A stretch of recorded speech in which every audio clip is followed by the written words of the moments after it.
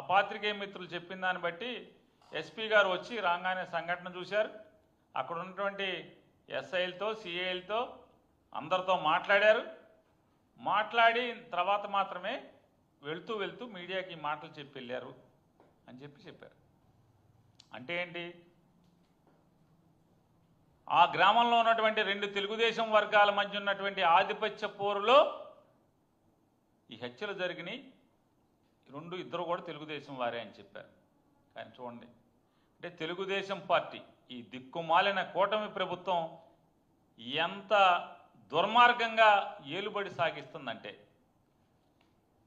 8 గంటలకి ఎఫ్ఐఆర్ రాస్తారు. అది ఎన్నింటికి రాశారో దేవుడికి తెలియాలి. 8 గంటలకి ఎఫ్ఐఆర్ అవుతూ ఆ ఎఫ్ఐఆర్ వెంటనే ఎఫ్ఐఆర్లో పిన్నెల్లి రామకృష్ణారెడ్డి గారి తమ్ముడు వెంకటరామరెడ్డి ఇద్దరు కూడా ముద్దాయిలకు వచ్చేస్తారు. 6వ ముద్దాయి 7వ ముద్దాయిగా.